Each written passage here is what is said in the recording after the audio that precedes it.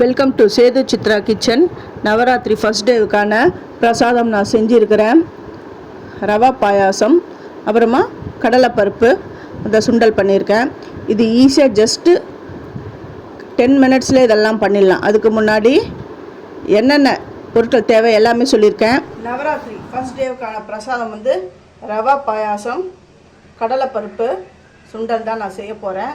அதுக்கு ஃபஸ்ட்டு நான் என்ன பண்ண போகிறேன்னா, இந்த கடலைப்பருப்பை வந்து 1 மணி நேரத்துக்கு நான் ஊற விட போகிறேன். இது எடுத்துடுறேன்.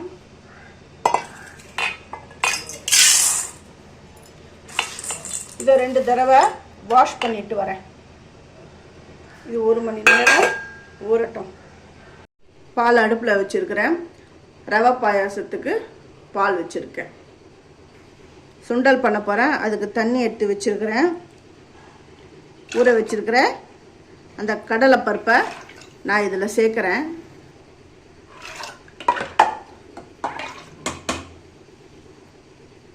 இது கொஞ்சம் சூடாகட்டும்.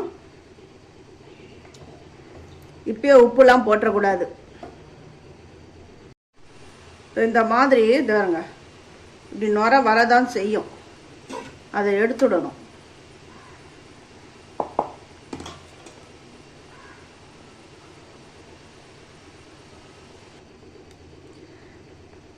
இது ஒரு பாதி இதாருங்க.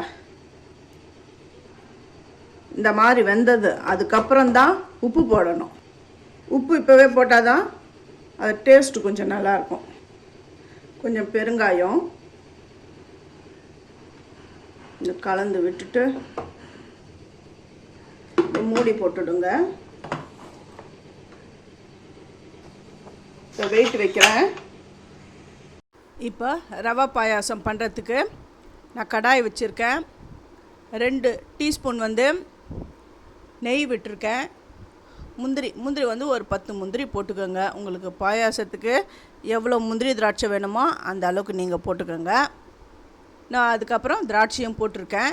இந்த நெய்லேயே கொஞ்ச நேரம் வறுக்கிறேன் பாருங்கள். நல்லா வறுபட்டுடுது.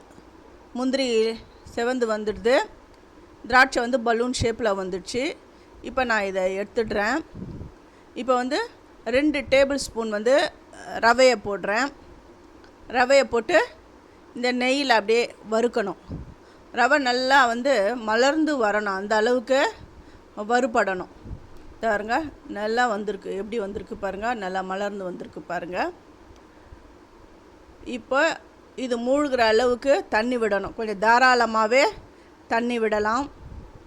இந்த ரவைக்கு மேலே ஒரு அங்குலம் வந்து தண்ணி நிற்கிற அளவுக்கு தண்ணி விட்டுக்கோங்க. இது இந்த தண்ணியில் நல்லா வேகட்டும். நல்லா வெந்து வந்துடுது. கெட்டியாகிடுது பாருங்கள். போட்ட தண்ணி எல்லாத்தையும் நல்லா உறிஞ்சிடுது. இப்போ ஏலக்காவை நான் சேர்த்துருக்கேன். ஆல்ரெடி ஏலக்காவை நான் வந்து பொடி பண்ணி வச்சுருக்கேன். அதை சேர்த்துட்டேன். காய்ச்சி ஆற வச்ச பாலையும் இதில் நான் சேர்த்துட்டேன். 1/2 லிட்டர் பால் தான் நான் வந்து இதில் சேர்த்தேன். இது எல்லாமே கலந்து கொடுங்க. உங்களுக்கு இனிப்புக்கு ஏற்ற மாதிரி சர்க்கரையை போட்டுக்கோங்க. சர்க்கரை இதில் நல்லா கரைஞ்சி நல்லா இலக்கமாக கொடுக்கும். இது ஆற கொஞ்சம் கெட்டிப்படும். இப்போ வந்து வறுத்து வச்சுக்கிற அந்த முந்திரி திராட்சை எல்லாம் இதில் சேர்த்துடணும். பாயாசம் ரெடி ஆகிடுது. இப்போ அந்த சுண்டல் பார்ப்போம். அந்த ப்ரெஷர்லாம் போனதுக்கப்புறம் அதை ஓப்பன் பண்ணுறேன். ஒன்று நெசுக்கி காட்டுறேன் பாருங்கள்.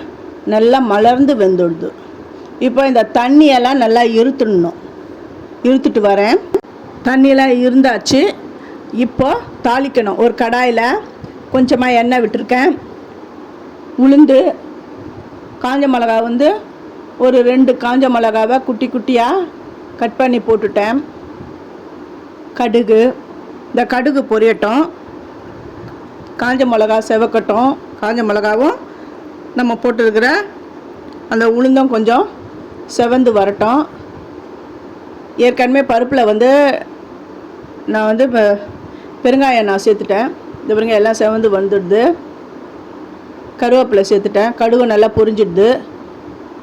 இப்போ வடித்து வச்சுருக்கிற அந்த கடலைப்பருப்பை இதில் சேர்த்து இதை கலந்து விட்டுடணும். தேவைப்படுறவங்க தேங்காய் கூட துருவி இது மேலே சேர்க்கலாம். அவங்க உங்கள் இஷ்டம்தான். இப்போ வந்து கடலைப்பருப்பு அந்த சுண்டலும் ரெடி ஆகிடுது. வரப்போகிற இந்த நவராத்திரிக்கு இந்த மாதிரியே நீங்கள் செய்யலாம். நவராத்திரி ஃபஸ்ட் டேவுக்கு என்ன பண்ணுறது அப்படின்னு கன்ஃபியூஸ்டாக இருக்கிறவங்களுக்கு சட்டு இந்த மாதிரி சிம்பிளாக ஒரு ரெசிபியாக பண்ணிடலாம். ஃபஸ்ட்டு இந்த ரெசிபியை பார்க்குறவங்க சப்ஸ்கிரைப் பண்ணலைன்னா சப்ஸ்கிரைப் பண்ணுங்கள், ஆல் அண்ட் ஆப்ஷனை தொடுங்க. அப்போ தான் நான் போடுற ஒரு வீடியோவுடைய நோட்டிஃபிகேஷனும் உங்களுக்கு காட்டும், உங்களுக்கும் யூஸ்ஃபுல்லாக இருக்கும். உங்களுக்கு பிடிச்சிருந்தா உங்கள் ஃப்ரெண்ட்ஸுக்கும் நீங்கள் ஷேர் பண்ணுங்கள், லைக் பண்ணுங்கள், ஹைப் கொடுங்க. தேங்க்யூ.